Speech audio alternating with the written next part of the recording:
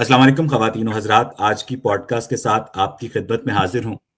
ख़वातीनो हज़रात, आज जो हमारे मेहमान हैं वो भारत के दारुल हुकूमत नई दिल्ली में इस वक्त बैठे हैं और निर्भय आर्या उनका नाम है। आर्या समाज जो तहरीक है उसके वो प्रचारक हैं और उसके साथ साथ वो काफ़ी पुरजोश तरीके से जो अपनी आइडियोलॉजी है उसे लोगों के अंदर फैलाते हैं। निर्भय जी, क्या हाल चाल है आपका? नमस्ते इकबाल सर, कैसे हैं आप? मैं बढ़िया। मैं बिल्कुल ठीक ठाक ठीक ठाक। तो आपको किस चीज ने इस बात पर मजबूर किया कि आप मुझसे बात करें, निर्भय? सर, मैं आपकी वीडियोस, जैसे मैंने आपके कुछ लाइव वगैरह देखे थे जिसमें आप अलग अलग आइडियोलॉजीज के साथ डिस्कशंस करते थे। तो क्योंकि मुझे फिलॉसफी में इंटरेस्ट है, दार्शनिक चर्चाओं में रुचि है, तो मुझे ऐसा लगा कि मुझे भी जाके एक बार बातचीत करनी चाहिए। और जब हम दार्शनिक बातें करते हैं तो उसके अंदर से नई बातें निकल करके आती हैं और इससे नॉलेज ही बढ़ता है देखने वालों का और आपस में भी। तो बस एक नॉलेज शेयरिंग, नॉलेज इंक्रीजिंग, इसी पर्पज से मैं आया हूँ। तो निर्भय, आप क्या समझते हैं कि इंसान का पर्पस ऑफ लाइफ क्या है इस जिंदगी में? सर, दुख से छूटना।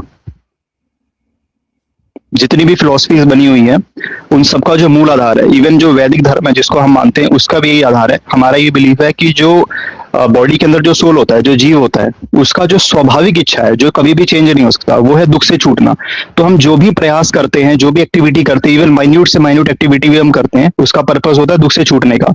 तो ह्यूमन का जो अल्टीमेट गोल है, या किसी भी जीव का जो अल्टीमेट गोल है, वो ये है दुख से छूटना, जिसको हम मोक्ष भी कहते हैं। अगर आप ये अपना हेडफोन उतार दें तो मुझे लगता है कि आवाज रेजोनेट नहीं करेगी। अपना हेडफोन उतारिए जरा, इसको बिल्कुल उतारिए। हेड हाँ, इसको उतार दीजिए, इसको उतार दीजिए।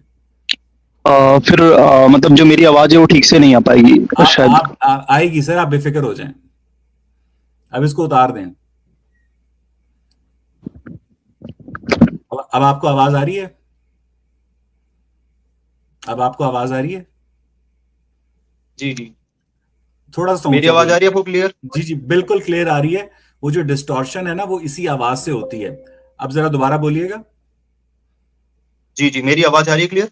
बिल्कुल क्लियर आ रही है, बिल्कुल क्लियर। अच्छा निर्भय भाई, ह्यूमन बॉडी के अंदर सोल है, ये जी। आपको यकीन है या ये आपका बिलीफ है?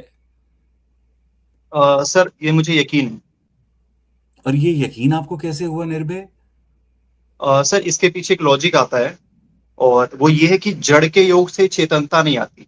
यानी जो बॉडी के अंदर जो जीव है, चाहे वो किसी भी जीव जंतु के अंदर हो, जो जीवात्मा होती है, उसका लक्षण ये होता है कि वो चेतन होता है। यानी उसके अंदर अनुभव करने की सुख दुख इच्छा द्वेष प्रयत्न, ये लक्षण माने जाते हैं जीवात्मा के, कि उसमें सुख दुख इच्छा द्वेष प्रयत्न आदि ये सब चीजें ऑब्जर्व की जाती है। तो अब जैसे ये जो ह्यूमन बॉडी बना हुआ है, ये तो एटम्स वगैरह इन सबसे मिलकर के बना हुआ है, इसमें ये चीजें नहीं होती है, तो ये मिलकर के भी आउटकम में वो चीजें नहीं दे सकती जो इसमें है ही नहीं। जैसे अगर एटम्स के अंदर सुख दुख इच्छा द्वेष प्रयत्न नहीं है, तो 1 करोड़ एटम्स भी मैं आपस में मिला के कैसा भी समीकरण कर दूं, रिजल्ट में सुख दुख इच्छा द्वेष प्रयत्न वाला कोई प्रोडक्ट नहीं बन सकता। तो वैसे ही हमें ये मानना पड़ता है कि इस बॉडी के अंदर ये जो पूरा ऊपर का शरीर बना हुआ है, स्थूल शरीर, ये तो परमाणु आदि से बना हुआ है, लेकिन इसके अंदर कोई चेतन सत्ता है जिसका लक्षण है सुख दुख इच्छा द्वेष प्रयत्न, और वही दुख से छूटना चाहता है। तो तो इस यानी लॉजिक के बेस पे कि जड़ के योग से चेतनता नहीं आती, इसीलिए हमें मानना पड़ता है कि शरीर के अंदर जीवात्मा है। यानी आपके पास कोई डायरेक्ट एविडेंस नहीं है आत्मा की सर, ये डायरेक्ट एविडेंस है। एग्जिस्टेंस का? जैसे इसको अनुमान प्रमाण बोलते हैं। तो जैसे प्रमाण जो मुझे होते हैं। जी। निर्भय मुझे ये बताइएगा कि जब इंसान मर जाता है तो ये जीवात्मा किधर जाती है? सर, ये दूसरे शरीर में चली जाती। दूसरे शरीर मतलब हाँ। किस किस शरीर में? जैसे जैसे मेरे कर्म होंगे उसके अकॉर्डिंग जो मुझे शरीर मिलना होगा, तो ईश्वर मुझे उसी शरीर में डाल देता है। ये कर्म फल मतलब व्यवस्था है। मतलब आप इस जिंदगी में आपके अंदर एक जीवात्मा है, तो पिछले मतलब वो जो जीवात्मा है वो पिछले जन्म में किसी और शरीर के अंदर थी? जी जी, बिल्कुल बिल्कुल। आपको जो याद है वो जीवात्मा है वो सनातन है, उसका शरीर बदलता रहता है। जैसे हम कपड़े बदलते हैं, वैसे ही जीवात्मा जो है वो शरीर बदलता रहता है अपने कर्मों के हिसाब से। यानी जो पिछला शरीर था उसने काफी गुनाह किए थे जिसकी वजह से वो जो जीवात्मा है उसको आप मिले। अ, मनुष्य एक योनि होती है जो कर्म योनि होती है। उसके अलावा जितनी भी योनि, यानी जितने भी तरह के जीवित लोग आपको दिखाई देते, चाहे वो कोई भी पशु पक्षी कृमि कीड़ा मकोड़ा कुछ भी हो, वो सारे भोग योनि होते हैं। तो अल्टीमेटली जब आपके पाप कम होते हैं और पुण्य ज्यादा होते हैं तब आपको मनुष्य शरीर मिलता है, और जब आपके पाप ज्यादा होते हैं पुण्य कम होता है तब आपको दूसरे अदर देन मनुष्य आपको शरीर मिलता है। तो तो अभी निर्भय आपके और भाई, हमारे कर्म अच्छे थे कि हमें मनुष्य शरीर मिला हुआ है। अच्छा तो ये सारी कैलकुलेशंस कौन करता है कि इसके पाप अच्छे ईश्वर। हैं? ईश्वर वो कौन है? ईश्वर इस सृष्टि का रचयिता है, पालन करता है, विनाश करता है। वो कहाँ रहता वो है? एक सर्वव्यापक चेतन सत्ता है। वो वो कहाँ भी रहता चेतन है लेकिन सर्वव्यापक है, हर जगह है, निराकार है। है? ईश्वर हर जगह है? जी जी। तो ईश्वर ने इस धरती को, इस यूनिवर्स को बनाया है जी। कैसे? अपनी शक्ति से, अपने सामर्थ्य से, नहीं आकर्षण नहीं, विकर्षण के सामर्थ्य से। नहीं नहीं, बनाया कैसे? जैसे मैं बताता हूँ, जैसे अगर हम कहते हैं बनाना, कंस्ट्रक्शन, तो इसका मतलब ये होता है असेंबल करना, यानी हमारे पास में ईंटें हैं, उसको हमने आपस में जोड़ करके मकान बना दिया। हम्म, डीकंस्ट्रक्शन यानी उसको वापस से अलग अलग कर देना, या हम्म, और भी करना तो ईंटों को भी मिट्टी की तरह तोड़ देंगे, मिट्टी बना देंगे। लेकिन इसका मतलब ये नहीं होता कि टोटली नॉन एक्सिस्टेंस एग्जिस्टेंस में लाना या फिर एग्जिस्टेंस से नॉन एग्जिस्टेंस में करना। तो जो गॉड होता है वो क्या करता है, जो परमाणु, परमाणु अर्थात वो टुकड़ा जो और फर्दर डिवाइड ना हो सके, अणु हम्म। यानी टुकड़ा, परमाणु यानी सबसे माइन्यूटेस्ट पार्टिकल जो और फर्दर डिवाइड ना हो सके, जो कि हमेशा प्रेजेंट होता है, उसको असेंबल करता है अपनी शक्ति से, अपने सामर्थ्य से, अपने ज्ञान से। उसको असेंबल करके सृष्टि को बनाता है, फिर उसको मेंटेन भी करता है, और जब समय आता है तो फिर उसको दोबारा डिकंस्ट्रक्ट करके फिर दोबारा बनाता है, और ये जो है अनंत काल तक ये प्रोसेस चलता रहता है। तो वो ईश्वर जो है उसने इस यूनिवर्स को क्योंकि साइंस तो हमें ये बताती है कि ये यूनिवर्स जो है तकरीबन 13.8 बिलियन ईयर्स पहले ये टाइम और स्पेस जो है एग्जिस्ट करना शुरू हुए। इसका मतलब ये है कि अगर साइंस की ये कैलकुलेशन दुरुस्त है तो ईश्वर जो है 13.8 बिलियन ईयर्स पहले एक ऐसी जगह पर रहता था जहां टाइम और स्पेस नहीं थे। तो निर्भय भाई, मैं अक्सर मुसलमानों से भी ये सवाल करता हूं और मुझे उम्मीद है कि आज ये जवाब मुझे आज आपसे कम से कम जरूर मिलेगा कि आपके जहन में जिस ईश्वर का कॉन्सेप्ट है, और मुझे माफ कीजिएगा अगर ज्यादा उर्दू के अल्फाज में इस्तेमाल करूं क्योंकि पिछले 70-80 साल की तकसीम ने हमारी और आपकी भाषा के अंदर काफी डिफरेंस क्रिएट कर दिया है, लेकिन फिर भी मुझे पता है कि आप लोग ज्यादा 90%, मैं भी आपकी बातें समझ लेता हूं। तो वो ईश्वर इस यूनिवर्स को बनाने से पहले रहता कहाँ था? ठीक है सर, जैसा कि आपने बताया कि साइंस ये मानता है कि इस यूनिवर्स से पहले स्पेस एंड टाइम नहीं था, ठीक है। हम भी ये बात मानते हैं कि इस यूनिवर्स के बनने से पहले इस यूनिवर्स के लिए टाइम एंड स्पेस नहीं था, but although space and time सनातन है, वो एग्जिस्ट करता है। जैसे साइंस ये मानता है कि इस यूनिवर्स के पहले स्पेस एंड टाइम नहीं था, ये हमारी मान्यता नहीं है। हम मानते हैं कि स्पेस एंड टाइम भी जैसे हमेशा ईश्वर हमेशा से है, वैसे स्पेस टाइम और दिशा ये भी हमेशा से है, ऐसा हम मानते हैं। नहीं, तो अगर इसमें ये है, एक पॉइंट और। आपके मानने से तो आप अपनी बात पूरी करें निर्भय भाई। जी। आप अपनी अब अपनी जैसे ये है ना कि जैसे मैं कह रहा हूँ कि मैं ये मानता हूँ, वैसे आप कह रहे हैं कि साइंस ही मानता है, तो साइंस का मैं नहीं मानता। अगर साइंस कोई ऐसी बात बोल रहा है जो कि मेरी आइडियोलॉजी के विरुद्ध है तो मैं नहीं मानता, मैं रिजेक्ट करता हूँ। इन दैट केस क्या करना होगा, आपको वो आर्ग्यूमेंट रखना होगा कि जिससे कि आप ये प्रूव कर सके कि हाँ स्पेस एंड टाइम एग्जिस्ट नहीं करता था, तब हम उस पर डिस्कस कर सकते हैं। नहीं तो अगर आप ये कहेंगे क्योंकि साइंस मानता है इसलिए मैं गलत हूँ, तो ये सही नहीं होगा। हाँ, you will have to argue with me, आपको वो पॉइंट्स वगैरह देने पड़ेंगे, और मैं भी तैयार हूँ उस चीज को पॉइंट देने के लिए कि कैसे स्पेस जो है वो सनातन है। तो अगर आप साइंस को इतना घटिया और इतना हकीर समझते हैं कि अगर साइंटिफिक एविडेंस जो है वो आपके फेथ के साथ कोलाइड करता है और आप उस साइंस को रिजेक्ट कर देते हैं, तो इस वक्त आप मेरे साथ जिस यूट्यूब पर, जिस स्ट्रीम यार्ड पर, जिस इलेक्ट्रिसिटी पर, जिस इंटरनेट कनेक्शन पर कनेक्टेड हैं, वो उसी साइंस की देन है ना, तो जिसको आपने रिजेक्ट कर दिया है। तो मुझे मुझे मुझे ये बताइएगा कि आपने ये बड़ा इंटरेस्टिंग एक ऑब्जर्वेशन दी है कि जो टाइम और स्पेस है वो हमेशा से एग्जिस्ट करता है। तो अगर टाइम और स्पेस हमेशा से एग्जिस्ट करता है तो इसका मतलब यह है कि ईश्वर जो था उसी टाइम और स्पेस के अंदर एग्जिस्ट करता था, और उसकी एक फिजिकल बॉडी है, क्योंकि जाहिर है जो चीज भी टाइम और स्पेस के अंदर एग्जिस्ट करती है उसकी एक फिजिकल बॉडी होगी। तो ईश्वर जो है उसने इस यूनिवर्स के टाइम और स्पेस को, यानी टाइम और स्पेस के अंदर टाइम और स्पेस को बनाने की क्या तुक थी, ये मुझे समझ नहीं आई निर्भय। ठीक है, तो सर आपने पहले कहा कि मैंने साइंस को रिजेक्ट कर दिया। मैंने ये बताया था कि जितने अंश में साइंस मेरी आइडियोलॉजी के विरुद्ध जाता है उतने अंश में मैं उसको नहीं मानता हूँ। बाकी जो चीजें हैं जिसमें हमारा कॉन्ट्रडिक्शन नहीं होता है उसको हम मानते हैं, हमें कोई इशू नहीं है, हम कोई साइंस के दुश्मन नहीं है। लेकिन जिस पार्ट ऑफ, जैसे आपकी आइडियोलॉजी में, मेरी आइडियोलॉजी में मान लीजिए मोरालिटी में, इस बात को लेकर के मोरालिटी आपका और मेरा डिफरेंस होगा, उसी पे ही डिबेट करेंगे, सीधी सी बात है। वैसे ही साइंस के साथ में एक बात। दूसरी यानी बात आपने आपकी पूछा, आपकी आपकी प्रायोरिटी फेथ है, साइंस नहीं है? मेरी प्रायोरिटी सत्य सनातन सिद्धांत है, जो कि ट्रुथ है। नहीं, मुझे तो मतलब दुनिया के हर माँ को अपना बच्चा अच्छा लगता है, इसी तरह दुनिया के हर वैसे ही आपको साइंस अच्छा धार्मिक। लग रहा है। नहीं नहीं, वो मैं आप मुझे साइंस को गालियां दें, गलत साबित कर दें, मुझे बड़ा अच्छा नहीं नहीं, लगेगा। मैं गाली नहीं दे रहा हूँ, मुझे जैसे मैं मैं तो बता रहा हूँ कि आज साइंस के साथ मेरी कोई इमोशनल अटैचमेंट नहीं है। मैं सिर्फ आपसे ये पूछ रहा हूं कि आप जिस ईश्वर में मानते हैं, वो ईश्वर आपने कहा एक ऐसी टाइम और स्पेस में एग्जिस्ट करता था जो हमेशा से था। इसका मतलब जी ये जी है कि टाइम स्पेस और आपका जो ईश्वर है वो इटर्नल है। तो फिर हाँ आपके उस इटर्नल टाइम स्पेस में इटर्नल ईश्वर ने इस यूनिवर्स को कब, कैसे और क्यों बनाया, निर्भय? ठीक है।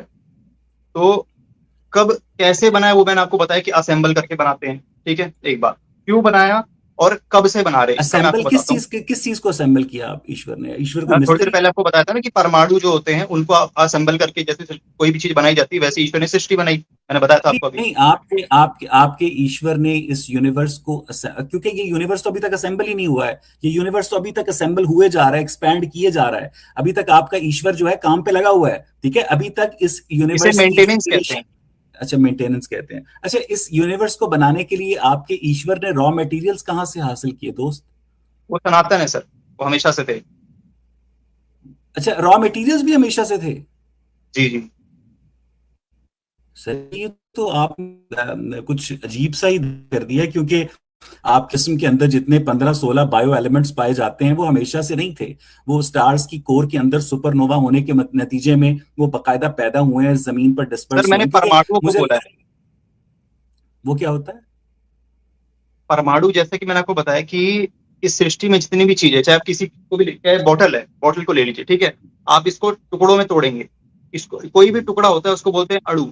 और आप उसे तोड़ते जाएंगे तोड़ते जाएंगे तोड़ते जाएंगे, एक ऐसा लेवल आएगा जिससे और फर्दर डिवाइड ना हो सके, उसको बोलते हैं हम्म, परमाणु, जो कि प्रकृति होती है। तो हम्म, जो परमाणु है जो और फर्दर डिवाइड हो ही नहीं सकता, उसको आपको हम्म, मानना पड़ेगा कि वो हमेशा से ही था। क्योंकि जब वो डिवाइड नहीं हो सकता तो ना वो मिल करके बना है और ना वो अलग होकर खत्म हो सकता है, तो अल्टीमेटली वो हमेशा से था, आपको यही मानना पड़ेगा। उसको कहते हैं, यानी जो सबसे छोटा है, उससे छोटा कुछ है ही नहीं कण में। हम्म।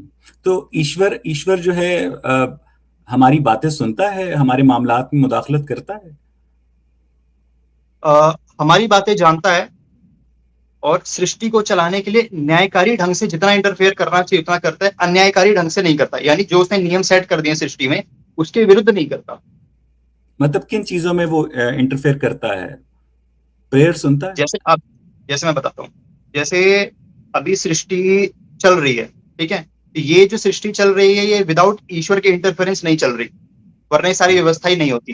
तो इतने तक तो ठीक है, इतने तक ही ईश्वर करता है। लेकिन अब कोई कहे कि बिना कारण के कार्य हो जाए, जैसे फॉर एग्जाम्पल कि जो स्पर्म एंड एग है उसके मिलने से जो बच्चा एक उसकी बॉडी बनती है, ठीक है, राइट। अब कोई बोले कि विदाउट उनके मीटअप से और वो तैयार हो जाए ह्यूमंस में, तो फिर हम्म, ये जैसे कि ये लॉजिक के विरुद्ध है कि भाई बिना कारण के कार्य नहीं हो सकता। तो ये व्यवस्था ईश्वर की है, ईश्वर अब इसके विरुद्ध भी नहीं करेगा। अगर जो इसके विरुद्ध करेगा तो हमारे शास्त्रों में लिखा हुआ है कि इसे अन्याय माना जाए, क्योंकि ईश्वर कभी अन्याय नहीं करता, अपने नियम खुद भी नहीं तोड़ता। जैसे वो हम्म, सत्य है वैसे उसके नियम भी सत्य है। हम्म। इसीलिए ईश्वर अपने नियम कभी नहीं तोड़ता। इसीलिए ये माना जाएगा कि ये जो भी कोई व्यक्ति बोल रहा है कि भाई बिना माता पिता के इंटरकोर्स के या बिना एग स्पर्म के मेल से बच्चा बन गया, तो सीधी बात है कि वो झूठ बोल रहा है। अच्छा, वो निर्भय चमत्कार की भाई, बातें कर रहा है, और चमत्कार अगर जो है वो ईश्वर के विरुद्ध है। अगर मुंबई में 1:40 की लास्ट लोकल में एक लड़की का रेप हो रहा है और कुछ गुंडे उस लड़की का रेप कर रहे हैं, तो आपका ईश्वर जो है उस लड़की की मदद करने के लिए कुछ करेगा या वो इंटरफेयर नहीं करेगा? सर जो लोगों ने गलत काम किया है वो उनको हम्म। उनके किए का दंड देगा। यानी वो रेप होने देगा? रेप इसलिए क्योंकि पहली बात तो ये है कि वो जो हुआ उसमें ईश्वर रिस्पॉन्सिबल नहीं है। अगर ईश्वर रिस्पॉन्सिबल होता तब तो उस पर ब्लेम जाता। अब ईश्वर रिस्पॉन्सिबल कैसे नहीं है? सृष्टि का नियम ये है कि मैंने ये जो शरीर है, मनुष्य का शरीर, जो कि कर्म करने के लिए मैं स्वतंत्र हूं इसमें, ये शरीर मैंने अपने कर्मों से प्राप्त किया है, तो मुझे फ्रीडम है कि मैं जो चाहूं करूं। अगर इसमें ईश्वर मुझे अपने रोकेगा, जैसे मैं हाथ उठाना चाहता हूँ, ईश्वर ने मेरा हाथ रोक दिया यहाँ पे, यानी वो मुझे नियम के विरुद्ध, न्याय के विरुद्ध बाधित कर रहा है, तो ये अन्याय हो जाएगा। और ईश्वर स्वभाव से इनहेरेंट न्यायकारी है। इसीलिए वो अन्याय कर ही नहीं सकता, चाह के भी नहीं कर सकता, वो चाहेगा भी नहीं कि अन्याय वो, इसीलिए उसकी ये आप समझ लो कि वो कर ही नहीं सकता कि मनुष्य योनि में किसी को जबरदस्ती रोक दे। हाँ, वो एक काम करता है, अंदर से प्रेरणा देता है, जैसे कि हम कोई गलत काम करते हैं तो अंदर से भय, शंका, लज्जा, ऐसी प्रेरणा, और अच्छा काम करते किसी की हेल्प करते तो अंदर से उत्साह वगैरह ऐसी प्रेरणा करता है। बाकी जबरदस्ती नहीं रोक सकता। और ऐसा नहीं कि जबरदस्ती रोकता नहीं है, जैसे मान लो मैंने कोई गलत काम किया तो वो मुझे रोकेगा, वो मुझे जानवर की योनि में डाल देगा और कंगारू बना देगा या कुछ और कुछ भी। भाई आपके हाथ ही नहीं है, लो आपके हाथ ही खत्म, अब जो बहुत हाथ से गलत काम किए थे, या मच्छर बना दे, कुछ भी आपको लिमिटेड कर दिया वहां पे, तो आप तो वहां पे भोग ही रहे हो एक तरीके से।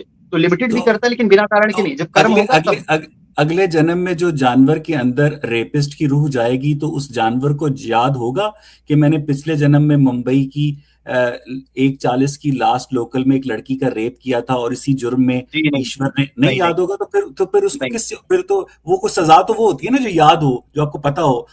इसका मतलब ये है कि आपका जो ईश्वर जो है जिसके ऊपर आप बिलीव करते हैं वो काफी सैडिस्ट ईश्वर है, यानी उसकी आप सामने, प्लीज एक्सक्यूज माय वर्ड्स, मेरे पास और कोई वर्ड नहीं थे, मैं आपकी बिल्कुल भी दिल आजारी नहीं करना चाहता हूँ, I really respectful for me, लेकिन मैं ये समझने से कासिर हूं कि अगर एक ईश्वर उसके सामने, मसलन आप 2-3 दोस्त हैं, आप गली में बाहर निकलेंगे, एक 15 साल की बच्ची जो है, अगर कोई 17-18 साल का लौंडा उसके साथ बदतमीजी कर रहा होगा या उसके साथ ज्यादती करने की कोशिश कर रहा होगा, तो कम से कम आपके अंदर इतनी गैरत जरूर है कि आप उसको जाकर रोकेंगे, ठीक है, आप उसको कहेंगे दफा हो, क्योंकि मैं कर्म करने के लिए स्वतंत्र हूँ, ईश्वर यहाँ पर न्याय अन्याय के कारण नहीं कर सकता। मतलब यह है कि आपकी जो मोरालिटी है आपके ईश्वर से भी स्ट्रांग है। आपके ईश्वर के सामने हजारों लाखों खवातीन के रेप होते हैं और वो चुपचाप देखता रहता है, उसमें इंटरफेयर नहीं करता, और वो इंतजार करता है कि रेपिस्ट अच्छी तरह से अपना पीनस बाहर निकाल ले, धो ले,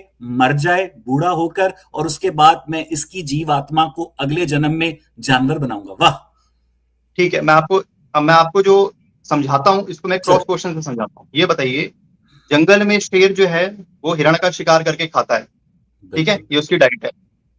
आप जाके शेर को मार देंगे क्योंकि वो हिरण को खा रहा है, ये ठीक है या गलत है? आपके नजदीक शेर और हिरण की जो मिसाल है वो एक इंसान रेपिस्ट और एक इंसान विक्टिम, मैं आगे समझाऊंगा, पहले आप उसका जवाब तो दीजिए, मैं आपको समझाऊंगा। सर एक मिनट, जब कोई बात कही जाती है, एग्जांपल दिया जाता है, पहले उस पर आप आंसर दीजिए, उसके बाद मैं उसको कॉन्सेप्ट से रिलेट करके समझाऊंगा ना। तो मैंने आपसे ये पूछा है कि शेर जो है वो हिरण को मार रहा है क्योंकि वो उसकी डाइट है, वरना वो भूखा मरेगा, ये उसकी प्रकृति है ना। अब आप उसको जबरदस्त नहीं क्यों मारेगा, नहीं क्यों मारेगा, भूखा मर, ये बताइए सही है गलत है? बताइए। ना सही है ना गलत है, क्योंकि ये दोनों के सर्वाइवल का सवाल है। हाँ, तो सर्वाइवल के हिसाब से ही तो उसकी बॉडी वगैरह है ना। सर्वाइवल के लिए रेप जरूरी है। मैं शेर के खाने के लिए पूछ रहा हूँ, क्या बोल रहे हैं? मैं आई एम जस्ट आस्किंग, यानी आप इसका आंसर नहीं देना चाह रहे, आप जान रहे किसका दे रहा हूँ सर, मैं आंसर आप आंसर दीजिए, जो मैंने पूछा उसका आंसर है कि शेर जो है उसकी गिजा अगर हिरन बनता है तो ये शेर के सर्वाइवल के लिए जरूरी है। अगर हिरन जो है अपनी गिजा खरगोश को बनाता है तो ये खरगोश के सर्वाइवल के लिए जरूरी है। ये क्वेश्चन नहीं है, ये फूड वेब है, क्वेश्चन ये नहीं है, क्वेश्चन ये नहीं है, क्वेश्चन ये है कि आप उस शेर को रोकेंगे, ये सही है कि गलत है? मैं क्यों रोकूंगा शेर को? अगर रोकेंगे, एक हाइपोथेटिकल सिचुएशन दे रहा हूँ ना, मैं थोड़ी कि अब मैं रियल में थोड़ी कह रहा हूँ, तो कॉमन सी चीज है सर। तो अगर आप उस शेर को या कोई भी व्यक्ति उस शेर को रोकता है, ठीक है, या उस हिरण को ही हिरण भाग रहा है उसको भागने से रोकता है, या शेर शिकार कर रहा है उसको शिकार करने से रोकता है, इन दैट केस ही सही है गलत है? कि आप जंगल के रूल में घुस करके नेतागिरी कर रहे हैं, बताइए सही है? ये ना सही है ना गलत है। कैसे? क्योंकि शेर को जिंदा रहने के लिए खुराक की जरूरत है। जरूरत है, यानी जरूरत में टांग अड़ा रहे हैं, तो गलत हुआ ना। तो आप, इसका मतलब यह है कि रेपिस्ट को जिंदा रहने के लिए रेप, पहले इसका जवाब दीजिए, मैं उसको कनेक्ट करूंगा। इसका जवाब दीजिए कि मुझे इक्वेट कर देना, क्या एक रेपिस्ट के लिए जिंदा रहने के लिए लड़की का रेप करना जरूरी है? जब आपने मुझसे पूछा तो मैंने स्ट्रिक्टली आंसर दिया, मैंने उसमें कोई आपसे दोबारा क्रॉस क्वेश्चन नहीं किया, मैंने आपको दिया जवाब। उस चीज को नहीं समझे तो उसको समझाने के लिए तो मैंने आपसे क्रॉस क्वेश्चन किया। अभी तक आप करते, मैंने सिंगल एक क्रॉस क्वेश्चन किया और आप उसका आंसर नहीं देना चाह रहे स्पष्ट रूप से। बता दिए कि कैसे ना सही ना गलत है, बता दीजिए। और आप खुद कह रहे हैं सर्वाइवल के लिए जरूरी है, शेर के जिंदा रहने के लिए, शेर के जिंदा रहने के लिए, सर्वाइवल करने के लिए हिरन का शिकार करना जरूरी है, और हिरन के जिंदा रहने के लिए शेर से बचना जरूरी है, और इनकी जंग में कौन जीतता है वही सर्वाइव करता है। इंटरफेयर करना सही है कि नहीं है, ये बताइए ना। इंटरफेयर करना वो तो अपना देख लें, इंटरफेयर सही नहीं है।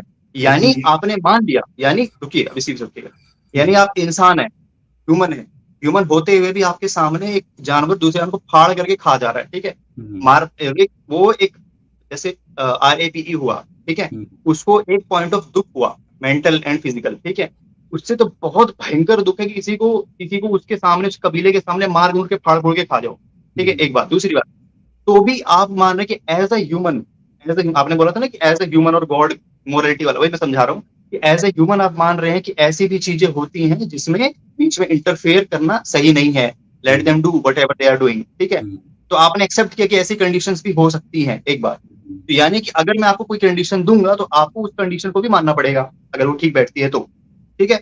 यानी आपने इस पर इतना तो मान लिया ना कि कंडीशंस के बेसिस पे ह्यूमन इंटरफेरेंस भी गलत हो सकता है, इतना तो आपने माना।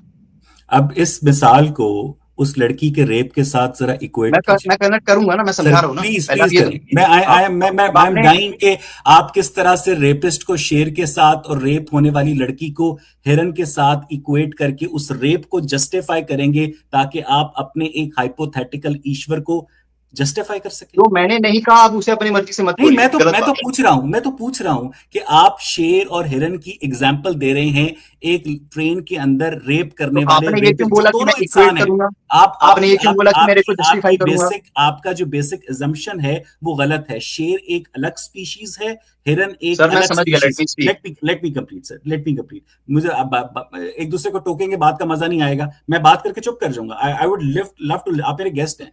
शेर एक अलग स्पीशीज है, हिरन एक अलग स्पीशीज है, लेकिन मुंबई की 1:40 की लास्ट लोकल में रेप करने वाला भी ह्यूमन स्पीशीज है और रेप होने वाली लड़की भी ह्यूमन स्पीशीज है। इसलिए आप उस दो अलग अलग स्पीशीज की जो आपस में जंग है उसको आप इसके साथ इक्वेट नहीं कर सकते हैं मेरे भाई। ये आप अपना ओपिनियन दे रहे, क्वेश्चन नहीं कर रहे, हो नहीं, गया, तो मैं मैं आप अपना अपना ओपिनियन ओपिनियन दूं। जी सर प्लीज। ठीक है, अब मैं देता हूँ, देखो, आपने यहाँ पे, जब मैंने आपसे शेर वाला एग्जांपल पूछा तो पहली बात यहाँ पे मैं रेप को जस्टिफाई करने के लिए नहीं बोला, आपने एक स्टेटमेंट बोला था कि आप रेप को जस्टिफाई कर रहे हो, आपने झूठ बोला, आरोप लगा दिया मेरे ऊपर, ब्लेम कर दिया, ये बहुत गलत बात है, पहली बात। दूसरी बात कि पहली बात, मैं RAP को जस्टिफाई करने के लिए मैंने कुछ भी आर्ग्यूमेंट नहीं दिया, आर्ग्यूमेंट मैंने इस पे दिया कि गॉड इसमें इंटरफेयर ना करे, मैं उसका आर्ग्यूमेंट दे रहा हूँ। गॉड अगर इंटरफेयर नहीं करता है तो भी वो गलत नहीं है, इसका आर्ग्यूमेंट मैंने दिया है। तो मैंने आपको शेर और हिरण वाले एग्जांपल से ये बताया कि ऐसी कंडीशंस एग्जिस्ट करती हैं जिसमें ह्यूमन इंटरफेरेंस भी, आप कह रहे हो ना कि RAPE हो तो ह्यूमन तो इंटरफेयर करेगा, तो वो तो ज्यादा मोरल हो गया। मैंने आपको बताया कि ऐसी कंडीशंस भी है जहाँ पे ह्यूमन भी इंटरफेयर नहीं करता और वो खुद भी मानता है कि हाँ इंटरफेयर करना ठीक नहीं, वो जंगल के रूल अपना करना, ठीक है। उसी तरीके से मैं आपको बता रहा हूँ कि गॉड जो है इस एक्टिविटी में, जब भी एक्टिविटीज हो रही होती है, तो उसने वेद में हमें आज्ञा दी है कि जो कोई ऐसा गलत काम करते हुए पाया जाए आप उसको मार दो, काट दो, खत्म कर दो। अगर मेरे सामने कोई गलत हो रहा है, ईश्वर ने ही आज्ञा दी है इसके लिए, हमारे लिए आज्ञा दी है कि आप ऐसा करो, लेकिन ईश्वर डायरेक्टली इसके अंदर इन्वॉल्व क्यों नहीं होता? क्योंकि मैंने आपको बताया कि ईश्वर कर्म, ये जो कर्म फल व्यवस्था है कि हम जो है कर्म करने के लिए स्वतंत्र है, और ये जो कर्म करने के लिए स्वतंत्र जो शरीर है ये मैंने पाया है, ये मैंने अपने कर्मों से पाया, तो मुझे अधिकार है कि जो मैं कर्म, अगर बीच में इंटरफेयर करता है तो फिर वो ईश्वर अन्यायकारी हो जाएगा, और ईश्वर स्वभाव से अन्यायकारी नहीं, न्यायकारी है, इसीलिए इंटरफेयर नहीं कर सकता। सिंपल लॉजिक है।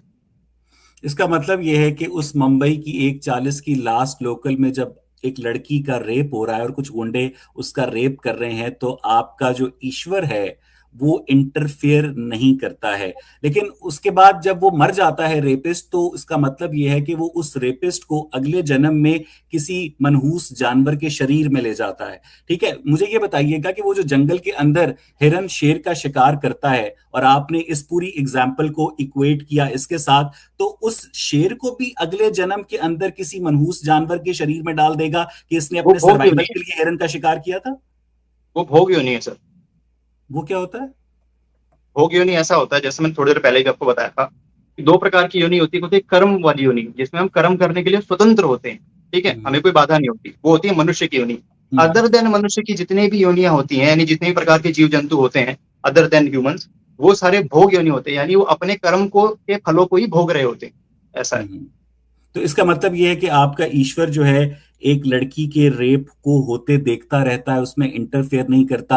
और जितनी भी माएं जो हैं ईश्वर से प्रार्थना करती हैं कि हमारी बच्चियों को रेपिस्ट से महफूज रखना है, तो वो उनके अंदर मदाखलत नहीं करता। वो किसी को नौकरी नहीं दिलवा सकता, वो किसी की बीमारी ठीक नहीं कर सकता, वो किसी की कटी हुई टांग नहीं उगा सकता, वो किसी का उसका कैंसर काम नहीं एड्स है ठीक सर, नहीं कर सकता है। उसका काम नहीं है। उसका काम क्या है? उसका काम है सृष्टि को चलाना, बनाना, नाश करना, कर्मों के फल देना, यानी वेद का ज्ञान देना, उसका ये काम है।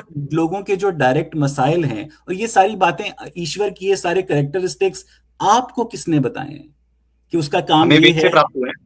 ये वेद किसने लिखी है? वेद ईश्वर का सनातन ज्ञान है। मतलब ईश्वर ने वेद किसके ऊपर उतारी? 4 ऋषियों के ऊपर, और बाद में और भी बहुत सारे ऋषि हुए हैं, जैसे स्वामी दयानंद जी को भी प्राप्त हुए थे। ये कब कब भेजी ईश्वर ने? भेजते ऐसा नहीं है कि ईश्वर ने कोई सैटेलाइट से भेज दिया। देखिए, जैसे ईश्वर सर्वव्यापक है, वैसा ही ईश्वर का ज्ञान भी उसके अंदर है। अब जैसे कि मान लीजिए आप कुछ बोल रहे हो, ठीक है, और मेरा ध्यान कहीं और है, तो आपका बोलना मैंने नहीं सुना क्योंकि मेरा ध्यान कहीं और है। वैसे ही ईश्वर तो हर समय सर्वव्यापक रूप में हमें ज्ञान देता है, हमारा ध्यान ईश्वर के प्रति नहीं होता। तो जब हम ध्यान लगाते हैं, समाधि तक पहुंचते हैं, तब हम ईश्वर का जो सनातन ज्ञान है वो ले सकता है, कोई भी ले सकता है, आप भी ले सकते हो अगर आप अष्टांग योग का पालन करो तो। ऐसे जितने भी हमारे इतिहास में बहुत सारे ऋषि हुए हैं, बहुत सारे ऋषि हुए हैं, तो उन सब लोगों ने ये सारा वेद का सनातन ज्ञान पाया है, और इसी आधार पे जो है हमारा सब कुछ धर्म अधर्म, कर्तुम क्या करना है क्या नहीं करना, क्या सही क्या गलत, ईश्वर के विषय में आदि सारी बातें भी वहां से हमें पता चलती है। मोटा मोटी बातें तो अनुमान प्रमाण से भी पता चल जाती है, उसी के आधार पे वेरीफाई भी करते हैं जी। तो ईश्वर ने ये वेद जो है कब इंसानों को भेजे, मतलब कितना अरसा पहले? वैसे तो जब सृष्टि बनी थी, जैसा आप 13 बिलियन ऐसा मानते हो, 1 अरब 96 करोड़ वर्ष तब जो तो है। इंसान ही नहीं थे। तब तो इंसान ही नहीं थे। आपके हिसाब से नहीं थे, हमारे हिसाब से थे। आपके हिसाब से तब 13.8 बिलियन ईयर्स पहले इंसान थे? जी जी। कहाँ? तब तो प्लेनेट अर्थ पृथ्वी पे थे। ये तो पृथ्वी था ही नहीं। ये तो पृथ्वी था ही नहीं 13.8 बिलियन ईयर्स पहले। 1 अरब 96 करोड़ साल पहले था ना। इंसान प्लेनेट अर्थ पर 1 अरब 96 करोड़ साल से हैं। जी बिल्कुल। ये कहाँ लिखा है? ये हमारे वेद में लिखा है। मतलब आपके वेद में तो इसका मतलब है कुछ भी लिख दिया जाएगा तो आप बगैर नहीं तहकीक तो के ऐसे उसको तो मान आप भी लेंगे। मुंह से कुछ भी बोल देंगे, मैं क्यों मानूं?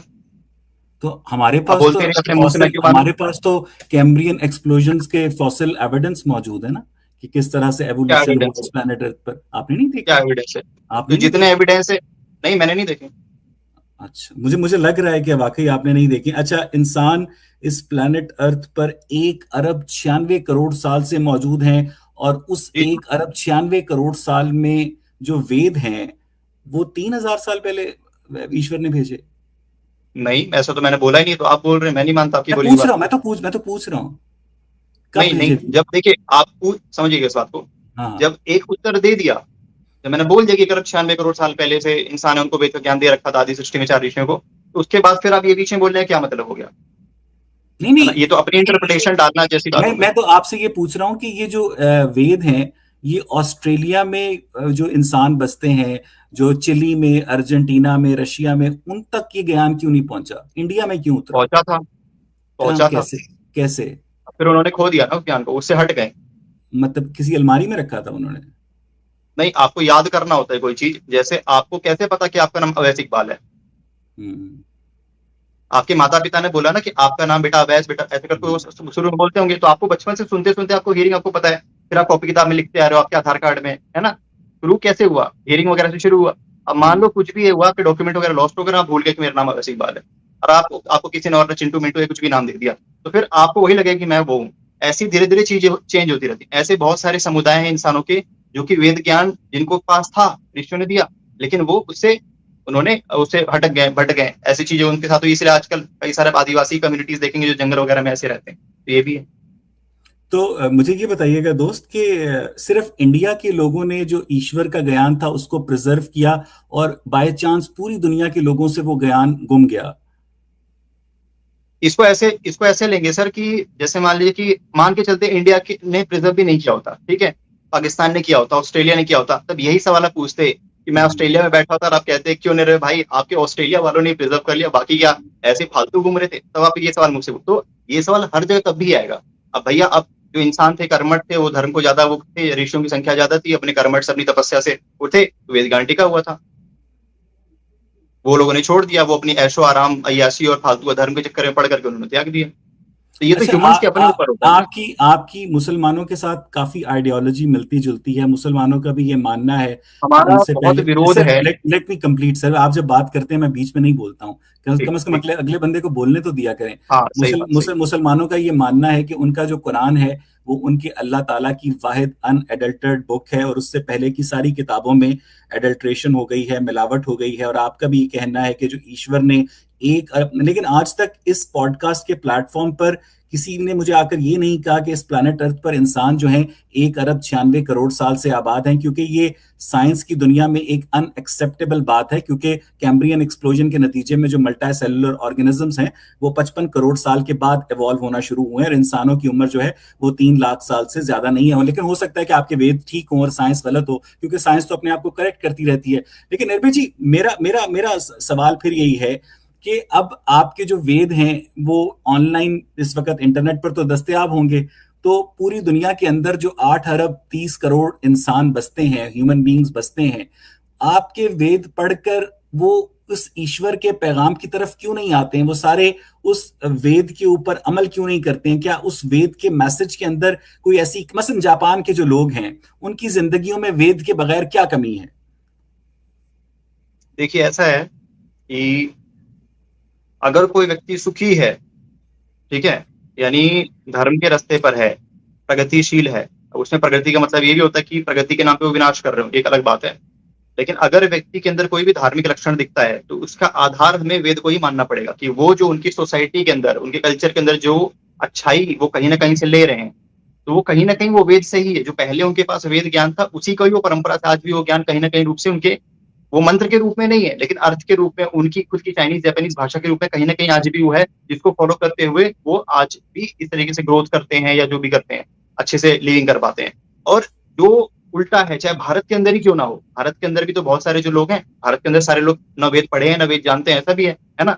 जहां भी ये उल्टे लोग हैं, अधर्म करने वाले लोग हैं, ये सब क्या है, ये वेद को ना मानने वाले, ना जानने वाले, या कोई कहता है कि मैं तो वेद को मानता हूँ, अल्टीमेट में अध्ययन नहीं किया, पढ़ा नहीं हुआ, जानता नहीं है, मान लो पढ़ा भी हुआ है, उसके अनुकूल व्यवहार नहीं कर रहा है ना। जैसे समझना, मैंने बोल दिया कि जैसे मैंने पढ़ा कि झूठ नहीं बोलना चाहिए, ठीक है, इससे दुख होता है सामने वाले को भी और अगले जन्म में आपको जो दंड मिलेगा उसका भी। लेकिन मैंने तो नहीं माना, मुझे आया, मैं अवैस भाई के सामने आया, मैंने उन्होंने मुझसे बात पूछा, मैंने झूठ बोल के निकल गया क्योंकि मुझे ऐसा इनसिक्योरिटी फील है, कुछ भी एग्जाम्पल, तो वो मेरे ऊपर है ना, मेरी तो कुछ है ना। इसीलिए अच्छाई और बुराई का जो आधार है वो जीव होता है, जीव की अविद्या ये है। इसीलिए ये जीव के ऊपर डिपेंड करता है कि हम अपने अपने जो गुण है, दुर्गुण, उसको हटा करके, और वेद माने ना माने, वेद पता भी हो तो भी बहुत लोग नहीं मानते हैं। हमारी सोसाइटी के अंदर जो अच्छी बातें वो वेद की ही है, अल्टीमेटली वेद की है, जो बुरी बातें हैं वो लोगों की अपनी खुद की है। ऐसा है, चाहे वो ऑल ओवर वर्ल्ड की कोई भी हो। निर्भय भाई, जब ये पॉडकास्ट शुरू हो रही थी तो आपने मुझे बताया कि आपकी एज 25 ईयर्स है। इसका मतलब यह है कि अब लगभग 21st सेंचुरी के शुरू में, यानी 2000 या 2001 में पैदा हुए थे। आपने वेद पढ़े हैं निर्भय भाई? सर, मैं अभी अध्ययनरत हूँ, और वेद का जो सिद्धांत है वो सत्यार्थ प्रकाश में स्वामी दयानंद जी ने बताया हुआ है, तो वो मैंने पढ़ा हुआ है। तो और बाकी जो और भी शास्त्र हैं, जैसा कि आपने वो ज्ञान पढ़ा हुआ है,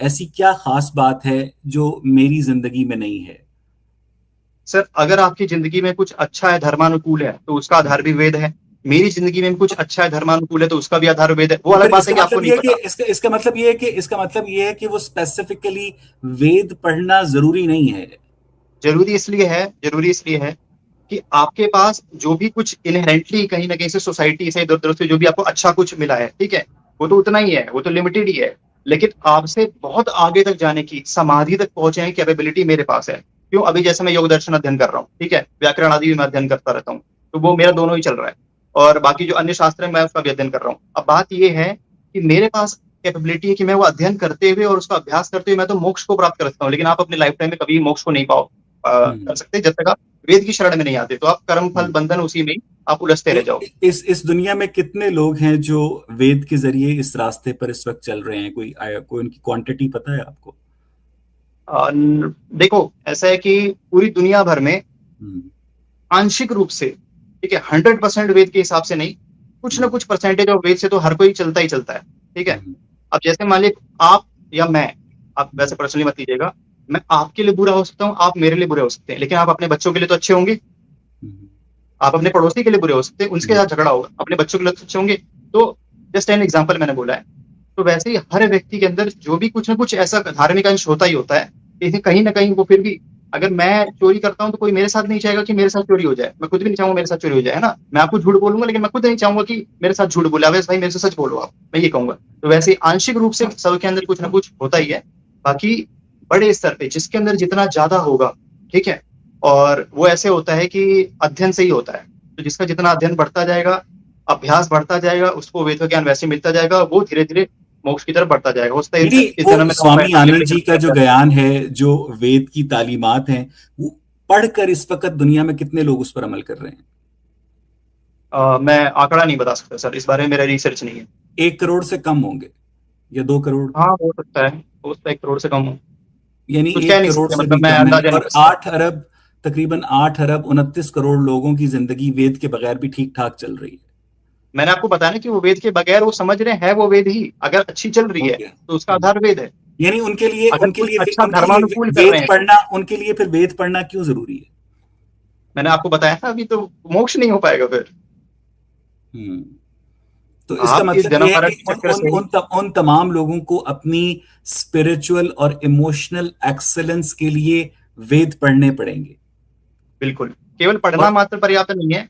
केवल अगर अगर व्यक्ति मान लीजिए मैंने चारों वेद रट लिए, ठीक है, हम्म, तो इसके लिए हमारे शास्त्रों में एक वचन आता है, स्वामी दयानंद जी ने सत्याप्रकाश में उसको कोट भी किया हुआ है, निरुक्त शास्त्र से। वो लिखते हैं कि जैसे गधा बोझा ढो लेता है अपने ऊपर, सोना लाद लिया या फिर मिट्टी लाद लिया, उसके लिए कोई मतलब नहीं है। वैसे ही हम्म। जो व्यक्ति चारों वेद रट के भी उसका अर्थ नहीं जानता, उसके साथ व्यवहार नहीं करता, जैसा ज्ञान है उसके अनुकूल व्यवहार नहीं करता, तो जैसे गधा बाहर ढोता है वैसे वो भी बाहर ढो रहा है। तो मुख्य चीज है व्यवहार, ठीक है। अगर 10 लोग भी हैं जो उसके अनुकूल व्यवहार करें तो 10 का मोक्ष होगा, बात खत्म। उनको तो बेनिफिट मिल रहा है ना, वो तो 10। आप बिल्कुल ठीक कह रहे हैं कि अगर गधे के इस ऊपर किताबें लाद दी जाएं तो वो गधा ही रहता इस है। आप हाँ, मौलवियों को देख लें। इस जन्म लेकिन मैं इस तो सिर्फ जन्म ये पूछता हूँ कि एक उन एक लाइन वेदों और को है मेरी थोड़ी सी। जी जी। इस जन्म और मरण का जो चक्र है वो व्यक्ति उसे छूट जाएगा, जिसको जो वेद के अनुकूल उसको 100% फॉलो कर रहा है, ठीक है, हम्म, और जो 100% फॉलो नहीं कर रहा, कम फॉलो कर रहा है, वो इसमें उलझा रह जाएगा। तो वो अपनी नॉलेज के हिसाब से सोचता है कि अच्छे कर्म करे तो अच्छी नहीं मिले, बुरे कर्म करे तो बुरे नहीं मिले, बट वो इससे मुक्त नहीं हो पाएगा। मुक्त वो तभी होगा जब वो वेद की शरण में आएगा, अल्टीमेटली अच्छा आर्य समाज के पास आएगा। निर्भय भाई, ये ईश्वर ने जो वेद थे किस लैंग्वेज में भेजे थे? संस्कृत में सर, वैदिक संस्कृत संस्कृत, में। यानी इसका मतलब यह है कि जो संस्कृत है कम से कम 1 अरब 96 करोड़ साल पुरानी है। सनातन है ना वो तो। नहीं, मैं पूछ रहा हूं, अगर आपने कहा था कि जब से इंसान है तब से वेद हैं और तब से ईश्वर मैंने ने बोला तो एक, सनातन है। हाँ, 1 अरब 96 करोड़ साल पुरानी जबान है संस्कृत। सनातन, आप सनातन मतलब समझते हैं? जी जी सर। सनातन मतलब जो टाइम बाउंड ना हो, जैसे ईश्वर, ईश्वर कल पैदा हुआ आज मर जाएगा, ऐसा नहीं है, वो हमेशा से नहीं, है। लेकिन वैसे आपने ईश्वर का, आपने आपने इंसानों को टाइम बाउंड किया है। वैसे आपने कहा ही है कि वैसे ही इंसान 1 अरब 96 करोड़ मैं भी साल से कंप्लीट सर, मैं प्लेनेट बीच अर्थ में पर नहीं, हैं, आपने मुझे बोला जो था कि बीच में ना साइंटिफिकली टोकने के गलत लिए। बात है। जी जी। सर आपने मुझे बोला था बीच में ना हाँ, टोकने के लिए, माजरत ठीक है। माजरत। तो पॉइंट क्या होता है कि हम बोल रहे होते हैं, फ्लो टूट जाता है तो फिर पॉइंट मिस हाँ भी हो सही कह जाता है, रहे तो मैं, हैं, दैट वाज है ना, not intentional. Sorry, that was ठीक है, नॉट कोई इंटेंशनल। कोई। तो बात ये हो रही थी कि जैसे वेद हमें, वेद जो है जिस भी भाषा में है, ठीक है, वेद का जो ज्ञान है, वेद अल्टीमेटली कोई लिखी हुई पुस्तक नहीं है, वेद तो ज्ञान है, ठीक है। अब उस ज्ञान को हमने चित्र रूप में दिया कि शब्द रूप में दिया, ठीक। तो ईश्वर जो उसे शब्द रूप में देता है ना, मंत्र के रूप में, वो भी ईश्वर के ज्ञान में हमेशा से है, तो वो सनातन विद्या है। और उससे जो भाषा बनती है, वेद से ही तो भाषा बनी है। वेद एक प्रकार की कोडिंग कह सकते हैं, उस कोडिंग को डिकोड करने के लिए लैंग्वेज चाहिए, तो फिर वो संस्कृत थी, ऐसा था। नहीं, इसका इसका मतलब ये है तो कि मोस्ट जो सुटेबल जो लैंग्वेज अगर वेद के लिए कुछ है तो वो संस्कृत है। संस्कृत है, और संस्कृत से पहले ये जो वेद का ज्ञान था ये किस लैंग्वेज में था? इसी लैंग्वेज में नहीं था, क्योंकि मैं आपको बताता हूँ क्यों। संस्कृत देखो, संस्कृत तो बमुश्किल मैं क्यों का साढ़े आंसर दे तीन दूंगा तो साढ़े क्लियर हो तीन जाएगा। हजार साल पुरानी जबान है ना?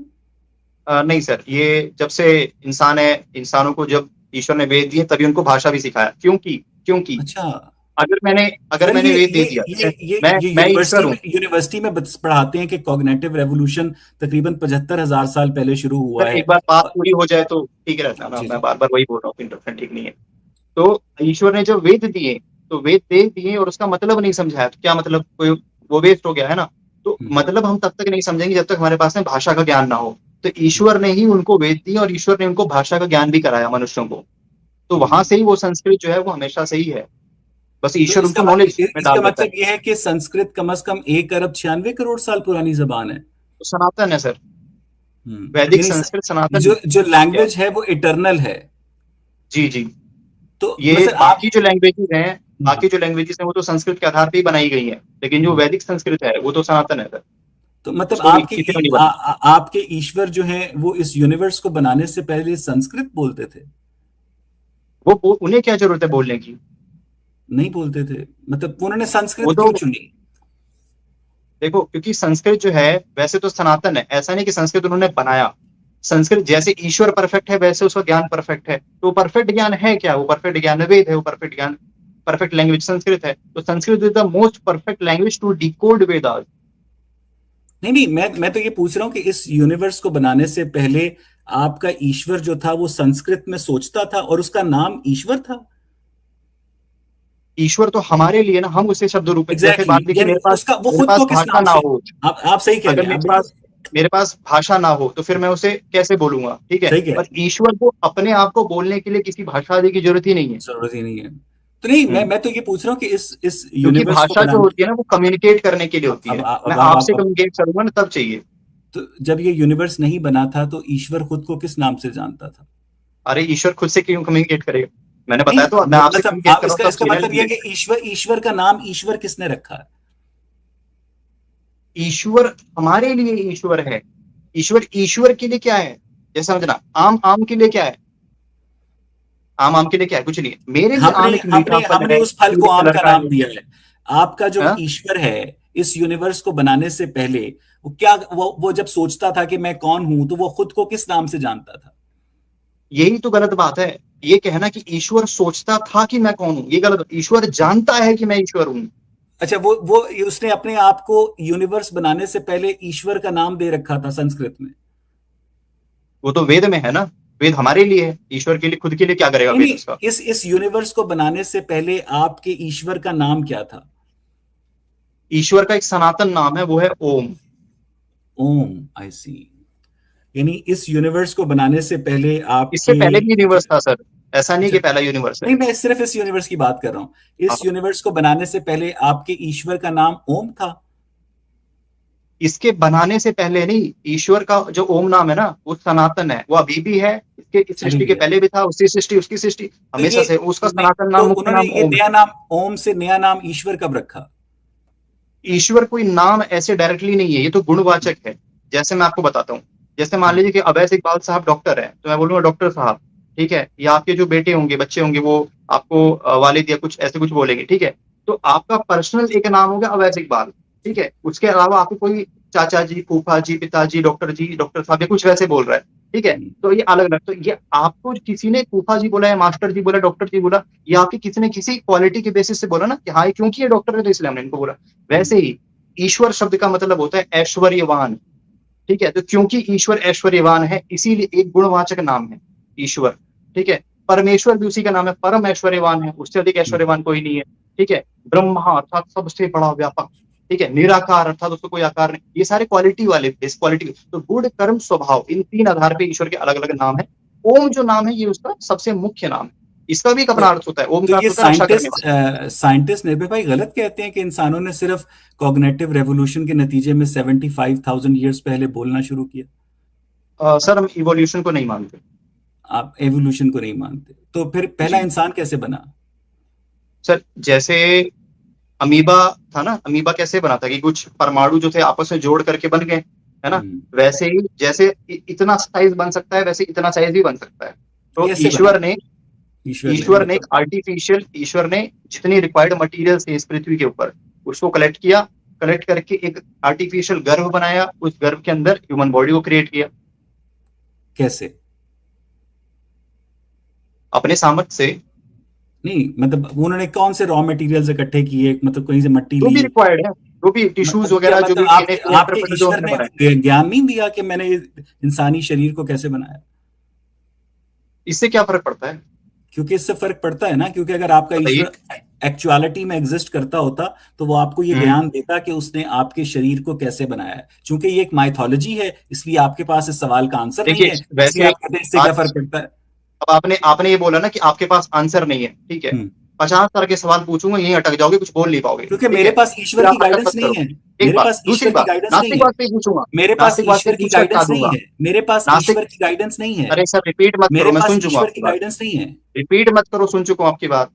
ये झगड़ा करने नहीं बैठे ना, डिस्कस करने बैठे हैं। तो एक ही बात को 10 बार दोहराने से वो सही नहीं हो जाएगा। ठीक है। एक बात। दूसरी बात, अब मैं आपको बता रहा हूँ, आप सुन के समझ लेना बस की हो तो। ठीक है। अब क्या है, सबसे पहले जो जीव बनाता है, ठीक है, प्रकृति से महतत्व। सबसे पहले जो सबसे परमाणु परम अणु, ठीक है, वो है प्रकृति। प्रकृति से महतत्व, महत्त्व से फिर बनाता है, फिर वो अहंकार, अहंकार से मन, ठीक है, उसको फिर मिला करके बनता है चित्त, उससे फिर बनती है पंच तन्मात्राएं, फिर पंच तन्मात्राओं से बनते हैं पंचमहाभूत, उनसे फिर बनते हैं सारा सृष्टि ब्रह्मांड, ठीक है। और ऐसे करके उसमें भी बहुत सारी चीजें, 50 तरह की इसके अंदर भी सब चीजें हैं, उन सब से मिल करके पूरा शरीर बनता है, और ये पूरा ब्रह्मांड भी उसी प्रोजेक्टर से बनता है। ये है। अब बताइए, अब क्या समझ में आ गया आपको, कुछ तो पता चला? इसीलिए इसका मैं कह मतलब रहा था कि इसको इसका मतलब ये है, एक मिनट इसका एक मिनट मतलब एक मिनट एक मिनट मैं एक जब मिनट एक बोलने लगता हूं एक तो मिनट बीच में आप मेरी बात को मेरी बात इंटरप्ट कंप्लीट कर नहीं देते हुई हैं। है, मेरी प्लीज बात नहीं, कंप्लीट नहीं हुई आप है। अगले बंदे को बात, मैंने आपके पॉजिंग पॉइंट तो पर मैं बोलना अपनी शुरू बात किया था। कंप्लीट करूंगा तब आप बोलोगे जी ना, जी, कि प्लीज बीच में ही बोल बोलिए। जाओगे? जी जी बोलिए। अजीब हो यार, अब तक अच्छे से बात करते, पता नहीं क्या हो गया आपको। तो जैसा कि मैं कह रहा था कि अब ये सारी चीज, अब मैंने आपको बोल दिया, अब आपको शब्द का अर्थ भी नहीं पता, ठीक है, तो वैसे तो आप मेरे से वही बात है, तो ये आप जान के भी सर क्या करोगे? ये मैंने पहले, ये मेरा मतलब था कि भाई मैं आपको बता भी दूंगा तो क्या मतलब आपके लिए, ठीक है। काला अक्षर भैंस बराबर वाली बात है, कोई मतलब नहीं है, इसीलिए मैंने आपको कहा था कि कोई सेंस नहीं बनता, इसीलिए इसको क्या ही फर्क पड़ गया। मेन ये है कि ईश्वर है या नहीं, आप नास्तिक है, ईश्वर है या नहीं उस पर आप बात कर सकते हैं, और कॉन्सेप्ट पे बात कर सकते हैं कि हाँ प्रॉब्लम ऑफ ईविल वगैरह, ये सारे वो सारे का तो हो ही रखा है, क्या मतलब है? अब उसने ये कैसे नहीं बनाया, या इंजीनियरिंग करने, बल्ब करने का एकदम टोटल फॉर्मूला क्यों नहीं दिया, फिलामेंट यहाँ से निकालो, ये करो, क्यों नहीं दिया? मूल बात ये है कि उसने जो इंजीनियरिंग का जो आधार है, बायोलॉजिकल इंजीनियरिंग, जैसे ह्यूमन बॉडी बन रहा है, बायोलॉजिकल इंजीनियरिंग, ठीक है, अंदर आजकल आर्टिफिशियल हार्ट वगैरह सब बन रहा है, बायोलॉजिकल इंजीनियरिंग या कोई भी किसी प्रकार फिजिकल इंजीनियरिंग का जो आधारभूत विज्ञान है, जो आधारभूत साइंस है, ठीक है, उसका भी जो बेस है, कि जिसके जिसके बेस पे आप वो फॉर्मुलेशन करते हो कि हाँ ये रूल, ये पोस्टुलेट, अटर पटर, ये सब, उसका आधार वेद में है। तो ईश्वर ने ये कहा है कि उस वेद के आधार पे आप वो सारी विद्या अध्ययन करो।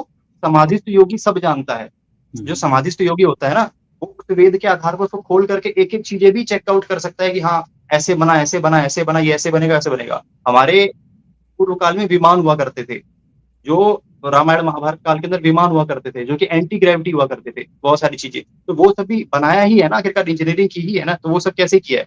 तो वो सब भी उन्होंने समाधिस्थ होकर के ज्ञान प्राप्त करके किया ही है। ये बात है, बोलिए आप। ईश्वर की बायोलॉजिकल इंजीनियरिंग का नतीजा अगर इंसान है तो उसके जिस्म में जो पाए जाने वाले वेस्टिजियल ऑर्गन्स हैं जिनकी अब इंसानी शरीर को कोई ज़रूरत नहीं है, और ईश्वर की बायोलॉजिकल इंजीनियरिंग के नतीजे में इंसान का जो एक्सक्रीशन सिस्टम और एंटरटेनमेंट सिस्टम काफ़ी करीब करीब या एक ही है, तो काफ़ी आपके ईश्वर की बायोलॉजिकल इंजीनियरिंग गलत और डिफेक्टिव है। और अगर ये इंसान का शरीर आपके ईश्वर की बायोलॉजिकल इंजीनियरिंग है, तो क्या वजह है कि उस ईश्वर की बायोलॉजिकल इंजीनियरिंग का 97% डीएनए जो है वो चिंपैंजी से मिलता है? ठीक है, अब मैं आपको बताता हूँ। देखो, आपने बोला कि इंसानी शरीर के अंदर कुछ ऐसी चीजें जिसका यूज नहीं है, या कुछ ऐसी चीजें हैं जो समझ लो कोई मतलब नहीं उसका। तो इसका उत्तर ये है, आपके शरीर में, ठीक है, एक छोटा सा तिल भी है, ठीक है, या बचपन से ही प्राप्त आपको छोटा सा स्क्रैच भी है, आपके सिर का एक सफेद बाल भी है ना, वो भी बिना वजह नहीं है, वो आपको आपके कर्मों का ही परिणाम है। जो आपको मिल रहा है ना, कि आपकी एक उंगली छोटी बड़ी, थोड़ी, कोई व्यक्ति लंबा, कोई व्यक्ति छोटा, कोई व्यक्ति हट्टा, कोई व्यक्ति बौना, तो ये जो कुछ भी है ना, आपको आपके कर्मों के हिसाब से ही मिल रहा था। ये मत समझो कि मुझे जो मिला, इंसानी शरीर के अंदर भी कुछ ऐसी चीज होती है जो उसको कर्मों के हिसाब से प्राप्त होती है। तो ये आपको, क्योंकि अब हमें वो चीज का नॉलेज, अब हम उसको खोजे कि इसके पीछे का रीजन क्या है। अरे मेन रीजन ये है कि हमारा उद्देश्य क्या है, हमारा उद्देश्य है कर्म फल करना, ये मोक्ष की प्राप्ति करना, बात खत्म। अब इस शरीर के अंदर ये वाली हड्डी का ये टुकड़ा 1 इंच बाहर क्यों है, ये नहीं पता, तो बस ये बस बेकार हो गया, ऐसी बात ये निकल करके आती है आप लोगों में, हमारे में तो नहीं है। और जो आपने एक बार लास्ट वाला पूछा था, वो एक बार फिर से रिपीट कर दी, फिर मैं उसका भी आंसर कि साथ के इस साथ ही कर ईश्वर की बायोलॉजिकल इंजीनियरिंग के नतीजे में जो पैदा होने वाला इंसान है उसका डीएनए चिंपैंजी से दूंगा। हाँ 97% सिमिलर क्यों है? ठीक है, देखिए इसको ऐसे समझिए कि मेरे पास में मिट्टी है, उस मिट्टी से जितने भी पॉसिबल प्रोडक्ट्स हो सकते हैं मैं बनाता हूँ। क्ले है, उससे जितने पॉसिबल प्रोडक्ट्स हो सकते हैं मैं बनाता हूँ। उसमें उससे मैं मटका भी बनाता हूँ, ठीक है, उससे मैं मटकों के अलग अलग डिजाइन भी बनाता हूँ, उससे मैं सुराही भी बनाता हूँ। यानी ईश्वर ने इस पृथ्वी पर जो मटेरियल है, इस पृथ्वी के ऊपर जो पंचभूत हैं, उनसे और इस पृथ्वी के अराउंड के हिसाब से जितने भी पॉसिबल तरह के जीव थे, जंतु थे, वो सब बनाए। उनमें से आपका विज्ञान कहता है 90% तो एक्सटेंड हो चुके हैं, है ना। तो जितने भी पॉसिबल थे सब बनाए। तो इंसान बनाया, हो सकता है इंसानों के जैसे कुछ ऐसे थोड़े लो आईक्यू वाले ऐसे 10 तरह के और प्राणी बनाए हो, उन्हीं में से और दूर चले जाएंगे इंसानों से, और तो चिंपैंजी वगैरह भी है। तो चिंपैंजी से हम इवॉल्व नहीं हुए, हम अलग हैं, वो अलग है। ईश्वर ने हमें भी बनाया स्वतंत्र रूप से, उन्हें भी बनाया। वो भोग योनि है, हम कर्म योनि। ऐसा है। उनको क्यों बनाया? क्योंकि फल भोग करना था ना, कुछ ऐसे जीव थे जिनको ऐसा शरीर उनके कर्मों के हिसाब से मिलना था कि वो चिंपैंजी बने, तो इसलिए चिंपैंजी का शरीर बना के उनको दिया। नहीं, चिंपैंजी बनने से पहले किस शरीर में कौन सा कर्म किया था जिसके नतीजे में वो चिंपैंजी बना? जैसे अब मान लीजिए आप हैं, ठीक है, आपने कुछ ऐसे सर्टेन कर्म किए जिसके अकॉर्डिंग आपको चिंपैंजी वाला शरीर मिलना चाहिए था, ठीक है, तो ईश्वर ने इसलिए चिंपैंजी का शरीर बनाया और उसको आपको लेकिन डाल दिया। चिंपैंजी तो हमसे पहले थे ना। आपकी आइडियोलॉजी के ये मुताबिक तो आप चिंपैंजी मानते हैं, हम नहीं इंसानों के बाद मानते। होने चाहिए। आप नहीं मानते? नहीं, ये आप मानते हैं, हम नहीं, मैंने आपको पहले बताया ना, हम इवोल्यूशन नहीं मानते। जब आपको पहले बता दिया कि अरब 96 करोड़ शुरू से हम इंसान मानते हैं, तो ये क्वेश्चन इनवैलिड हो गया ना ऑटोमेटिकली। तो आपके आपके नजदीक इस वक्त जो जंगलों में चिंपैंजी और वो बंदर हैं, वो पहले के गुनाहगार इंसान हैं? जी, सारे जितने भी अदर देन ह्यूमंस, जितने भी जीव जंतु हैं, वो उन्होंने मनुष्य योनि में जो भी पाप कर्म किए थे उसी का भोगदंड भोग रहे हैं। ईश्वर ने इंसान को क्यों बनाया? कर्म फल भोगने के लिए।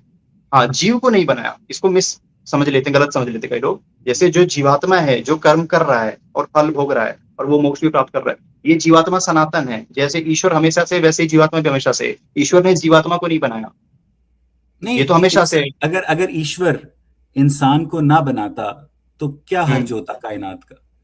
तो फिर कर्म का फल कैसे मिलता उसको, जो नहीं, वो जीवात्मा ने कर्म किया है? कर्म की तो जरूरत ही नहीं जब इंसान ही नहीं है। मसलन इंसान को पैदा करके आपके ईश्वर ने ऐसा कौन सा पर्पस अचीव किया जो मोक्ष। अगर वो है? मोक्ष। मोक्ष। इंसानी शरीर के द्वारा हम कर्म करके मोक्ष की प्राप्ति कर सकते नहीं, हैं, नहीं, दुख से कर्म छूट तो सकते तब हैं। आता है ना जब इंसान एग्जिस्ट करता है। एट फर्स्ट प्लेस अगर इंसान पैदा ही ना आपने होते रीजन तो ईश्वर आपने को रीजन और पूछा ना, यूनिवर्स को क्या फर्क पड़ता? मैं बता रहा हूँ, आपने रीजन पूछा ना कि इंसानी शरीर को बनाए ही क्यों। मैं बता रहा हम्म, हूँ, बिना इंसानी शरीर के जो जीवात्मा है वो दुखी है, वो दुख से छूटना चाहता है, ठीक है। वो उस दुख से छूटने के लिए वो कैसे छूटेगा? अष्टांग योग के माध्यम से छूटेगा।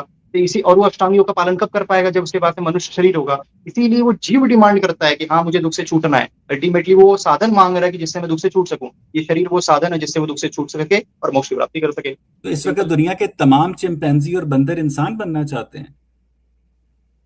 वो दुख से छूटना चाहते हैं, नहीं, वो तो इंसान बनना अल्टीमेटली चाहते आप इसको इन द वो प्रोसीजर कह वो सकते हो। Exactly exactly. मतलब मेरा मतलब मेरा वो मेरा उनके कोई दिमाग बड़े में वो चीज नहीं है, पर नहीं है। इनहेरेंट जो इच्छा है वो उसमें है।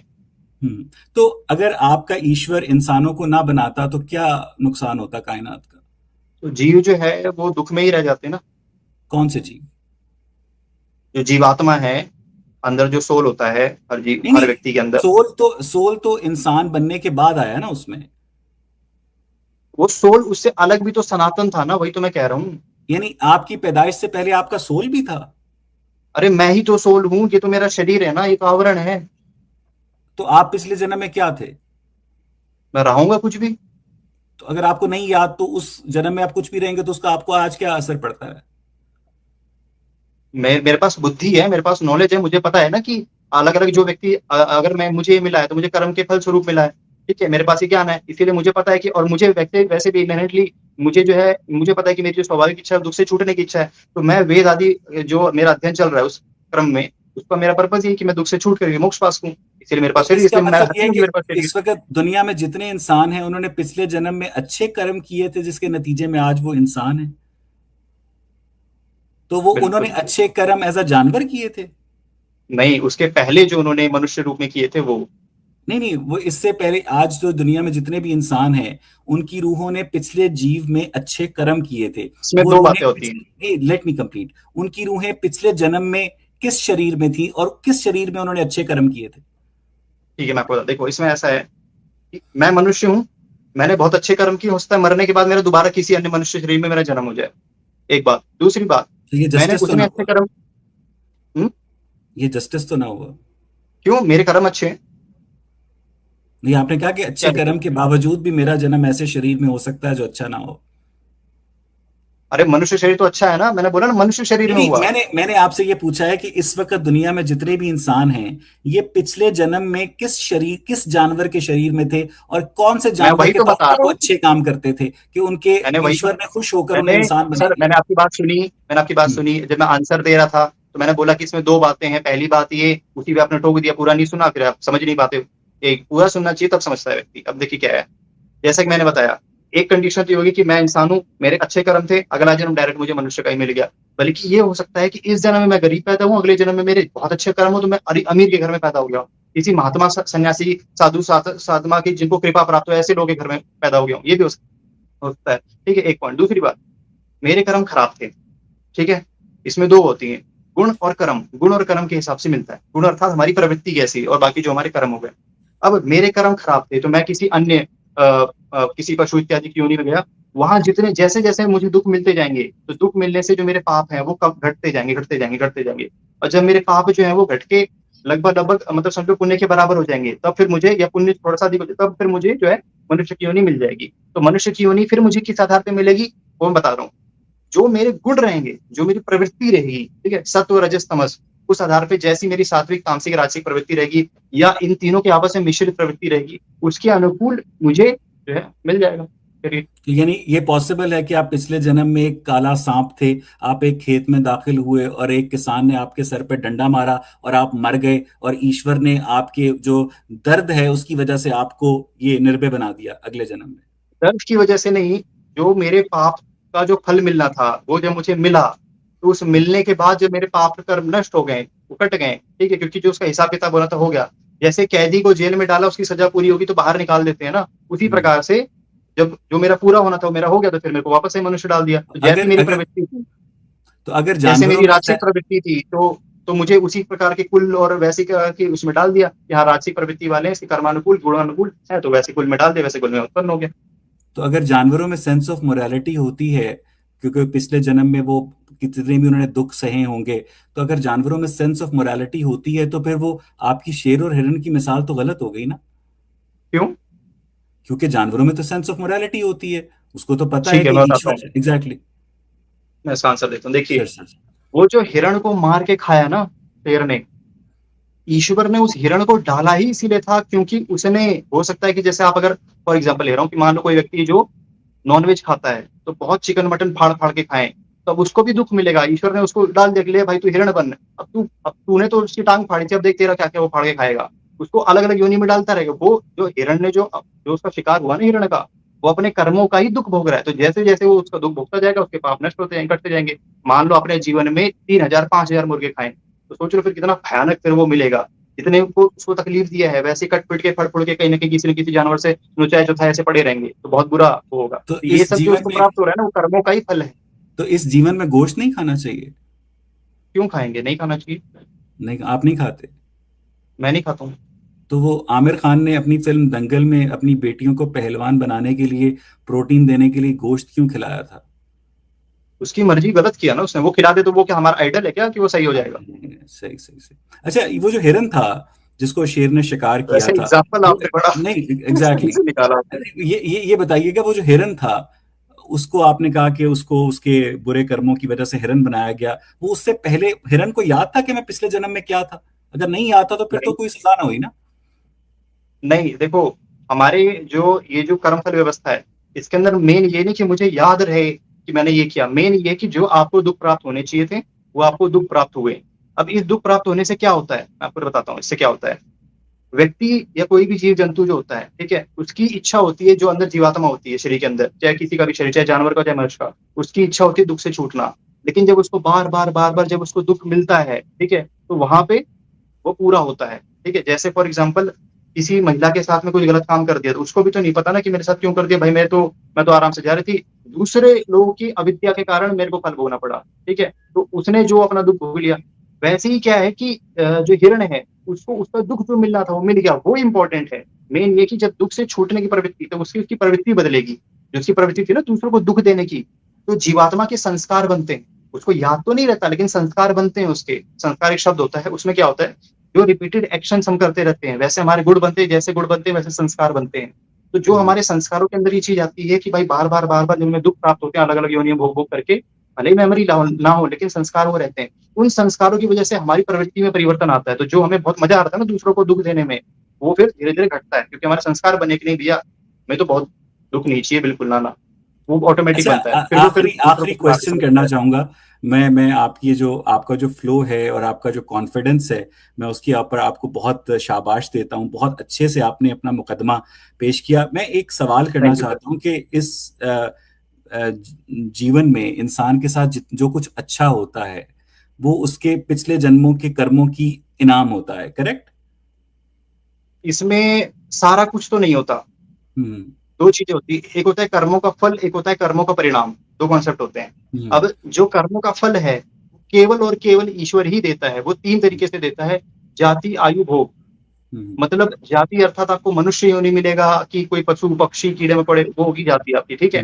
दूसरा आयु अर्थात कोई भी जो, जैसे मान लीजिए कोई जानवर है, उसकी मैक्सिमम एज लिमिट होती है। ऐसा नहीं कि ईश्वर जो है वो फिक्स करता है कि ये इस समय मर जाएगा, ईश्वर ऐसा फिक्स नहीं करता, ठीक है। लेकिन ये एक कंफर्म रहता है कि भाई इंसान है तो भाई इतने साल से अधिक तो नहीं जी सकता, ठीक है। उसकी बॉडी जो है नष्ट होनी है, तो वो हो गई उसकी आयु। और भोग अर्थात जिस समय वो इसकी कुल इत्यादि में जन्म ले रहा है, उस समय उसको कैसे, जैसे मेरे माता पिता अमीर हैं, गरीब हैं, लूले हैं, लंगड़े हैं, अंधे हैं, कम नॉलेज वाले हैं, ज्यादा नॉलेज वाले हैं, ऋषि मुनि है, क्या है, तो वो जो मुझे मिला उसका बेनिफिट तो मुझे मिलेगा ही। तो मैं यही पूछना चाह रहा था आखिरी सवाल के तौर पे कि अगर इस जीवन में, सर इसी में कंप्लीट हो जाए बस एक लाइन और, कि अब इसके बाद अगर मान लीजिए मैं अमीर घर में पैदा हुआ, फिर मैं अपनी बेवकूफी की वजह से मैं गरीब हो गया, लुटा दी मैंने पैसे, तो ये मेरे कर्मों का फल नहीं था, ये मेरे कर्मों का परिणाम था, ठीक है। जैसे वो साइंस में होता है ना, action equal and opposite reaction वाला, ये यहाँ पे उड़ाओगे तो पैसा खत्म होगा ही होगा। तो या इसका मतलब ये है कि वो जो अगर इंसान को इस जीवन में पुराने जीवन के अच्छे कर्मों का फल मिलता है, तो हो सकता है कि मुंबई की 140 की लास्ट लोकल में जिस लड़की का रेप हुआ हो, जो जिसके साथ बुरा हुआ है, उसने पिछले जीवन में कुछ ऐसे बुरे कर्म किए थे जिसकी सजा उसको इस जीवन में ईश्वर ने दी हो। वो तो मैंने आपको बताया ना कि जब ईश्वर जो फल देता है वो ऐसा होता है कि जन्म के समय में जो आपको प्राप्त हुआ ना, कुल परिवार मर्यादा, ज्ञानी मूर्ख, विद्वान, अमीर गरीब, वो भोग होता है। तो फिर अगर उस लड़की का रेप ईश्वर की जानिब से उसके पुराने कर्मों की सजा है, तो फिर तो उसके रेपिस्ट को गवर्नमेंट ऑफ इंडिया को इनाम देना चाहिए ना। सर नहीं है, मैं वही तो बात, ईश्वर की जानिब से सजा इंप्लीमेंट की नहीं। आप सुन रहे हो, मेरी आवाज आ रही है आपको? जी जी, मैंने 3 बार आपको यही तो समझाया कि जो उसके साथ गलत हुआ वो उसके कर्मों का फल नहीं है, वो तो परिणाम है दूसरों के कर्मों का। ये आपको ईश्वर ने बताया है, सनातन वेद का सिद्धांत है, और इस पर तमाम हिंदुस्तानी एग्रीड हैं। हाँ, जिनको नॉलेज है, जिनको नॉलेज नहीं वो क्या एग्री करेंगे, वो तो इस्लाम का भी कॉन्सेप्ट मान लेंगे, जिनको नहीं पता वो तो बोलेंगे अल्लाह ईश्वर एक है, वो तो कुछ ही बोल देंगे, तो उनका क्या ही कह सकते हैं। तो ईश्वर भी 2-3 है या ईश्वर भी एक ही है? ईश्वर तो एक ही है सर, ईश्वर भी एक ही है। चले, उनका अल्लाह भी एक ही है। अपना बहुत ख्याल रखिएगा सर, आज बहुत मजा आया आपसे बात करके, उम्मीद है कि आपसे दोबारा जल्द सर एक रिक्वेस्ट थी कि मेरा चैनल है पंडित निर्भय के नाम से YT पे, तो इस डिबेट की हाईलाइट मैं डाल सकता हूँ उस पे? सर आप पूरी जो कॉन्वर्सेशन है डाउनलोड करके अपलोड कर सकते हैं, आप इस वीडियो के इक्वल मालिक हैं। अच्छा ठीक है, थैंक यू। अपना बहुत ख्याल रखिएगा। हमारे साथ नई दिल्ली से निर्जय जी मौजूद थे, मुझे तो उनसे बात करके बहुत मजा आया और उनका जो पर्सपेक्टिव था काफी इंटरेस्टिंग था।